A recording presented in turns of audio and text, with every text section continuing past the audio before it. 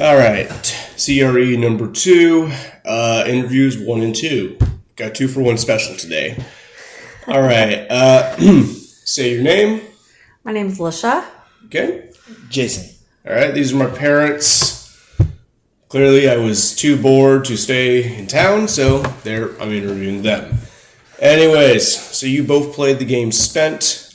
Yes. And you had some experiences, and you both made it farther than I did. For the record, I did not make it past. I didn't even make it to the 3rd payday. Not very good. All right.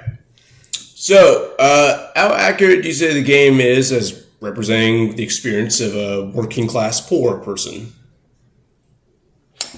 I think, I resonate with a lot of the choices that my parents had to make, and I've seen those things play out in real life. I think it's realistic. I agree.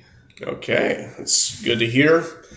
Yeah, for reference, they did not grow up in the best conditions. Yeah, and I'm very thankful that they've made a lot of sacrifices for me. Anyways, all right, is there anything about the game experience that surprised you? I think what's changed is the need for just how hard it is to maintain and fix things, and that traveling and transportation is so much more necessary and hard to get now. And I would say from when I was a kid, there were a lot of things that everybody needs to have now for a job or for school that were not a necessity when I was a kid.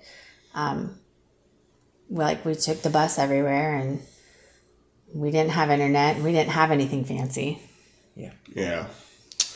Yeah, change in time. It's very different from time when they grew up, when I grew up. All right. Is there anything that you think was missing or you disagreed with while you were playing the game? Like, just felt off? So it didn't specify the age of the child, which would affect some decisions. They just said a child, but I grew up latchkey and we were always home alone. But some of that affects decision making as far as like if you leave them at home if they're sick. Right. Yeah. My mom and dad had to make those decisions all the time, and so those were the things that we did out of practicality.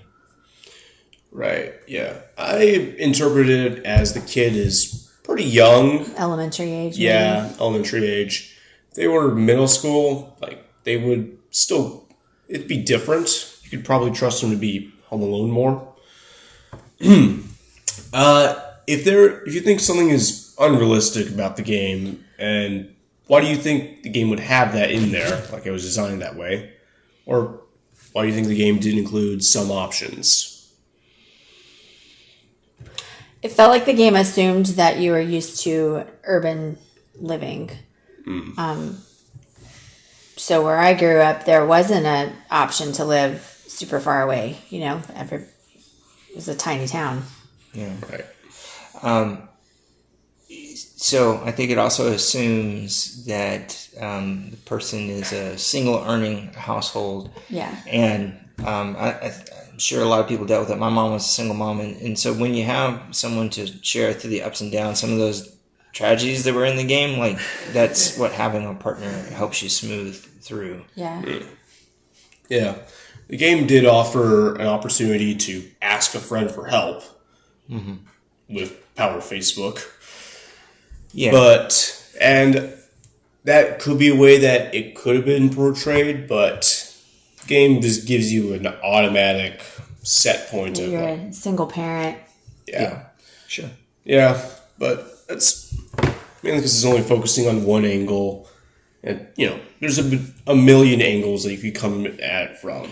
Yeah. But my point is that I think that what people don't understand about the power of marriage is that a lot of these things that when you are by yourself, when you're the only one who is earning, they are hard. They're almost insurmountable. And so just simple fact of being sick or being in between jobs is so much smoother when you have a partner to share the load with, even though there's still times that are hard.